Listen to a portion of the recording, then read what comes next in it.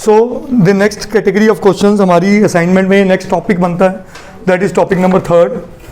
कहना क्या चाह रहा है पहले समझते हैं। वो कहता है right first 4 terms of AP if A is this D is this. मैंने एक ही टाइम पे 3 क्वेश्चंस लिख दिए हैं, क्वेश्चन नंबर 32, 33 एंड 34। ठीक है, मैं इंटेंशनली पहले 34 कराऊंगा, फिर इस पे और फिर आगे। अब ध्यान से समझना, एक कैच है इन क्वेश्चंस में। मैंने आपको कल एक बात कही थी, कोई भी बच्चा किसी भी तरह की एपी सॉल्व कर सकता है जब उसे क्या पता हो, ए एंड डी।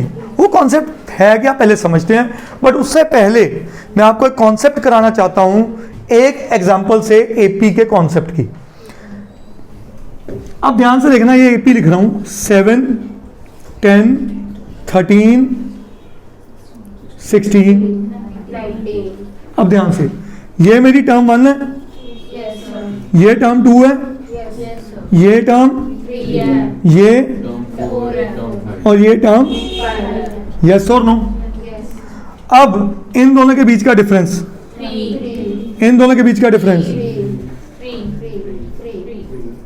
इसमें किसी को शक नहीं।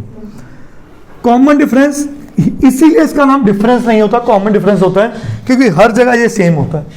अब अगली कहानी, अगर मैं ए फर्स्ट टर्म को ए लिख दूं कोई डाउट नहीं, सेकंड टर्म को ए में 7 में 3 ऐड करो तो क्या बनता है, A2।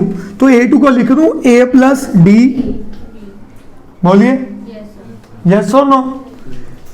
A3 को लिख दूं, सुन लो सुन लो सुन लो, आ रहा हूं उस पर भी। A3 को लिख दूं 7 प्लस 3 प्लस 3, तो D को मैंने कितनी बार ऐड किया, 2 टाइम्स। तो 2 टाइम्स ऐड करने को 2D लिख सकता हूं। D प्लस D क्या होता है, 2D।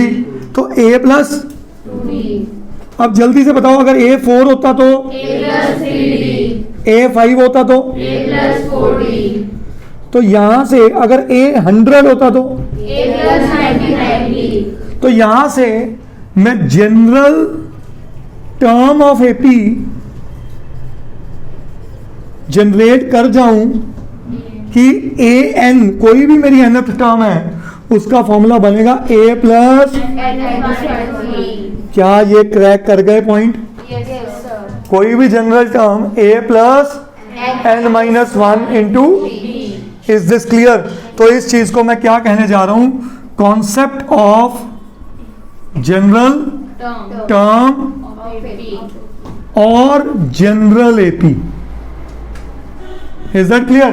तो कोई भी एपी कैसी दिखती है, जनरल एपी हमेरी हमेशा होगी कैसी, ए, फिर A प्लस, फिर A प्लस, फिर A plus and so on. What will be the last term, plus n-1 into. तभी लास्ट टर्म को हम क्या भी लिखते हैं, AN। क्या लिखते हैं? तो ये मेरा फॉर्मूला इस चैप्टर का अभी तक का सबसे पहला और सबसे important, to find the general term. What is the formula? AN is equals to A plus n-1 into D। Is that clear? अब उसने क्या कहा इन क्वेश्चन, तो छोटा सा काम है, हर बार D क्या करी जाओ, ऐड करी जाओ।